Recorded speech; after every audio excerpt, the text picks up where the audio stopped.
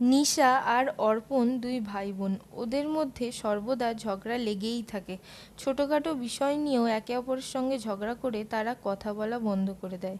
একদিন স্কুল থেকে আসার পর মা তাদেরকে ড্রয়িং রুমে নিয়ে বসলেন। মা বললেন, খনার বচন শুনেছ?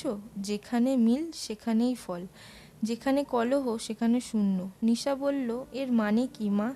মা বললেন, এর মানে হলো যেখানে মিল থাকে, ভালোবাসা থাকে, সেখানে সব কিছু ভালো হয়। আর যেখানে ঝগড়া আর কলহ থাকে সেখানে সব কিছু নষ্ট হয়ে যায়।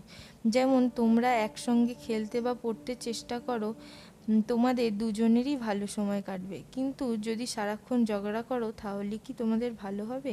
অর্ণব মাথা নিচু করে বলল যে না, কিছুই ভালো হবে না। মা তখন মুচকি হেসে বললেন, তোমাদের একে অপরের বন্ধু হতে হবে। ঝগড়া করলে সম্পর্ক দূরে সরে যায়, আর মিল থাকলে জীবন ভালো হয়ে ওঠে। সেই থেকে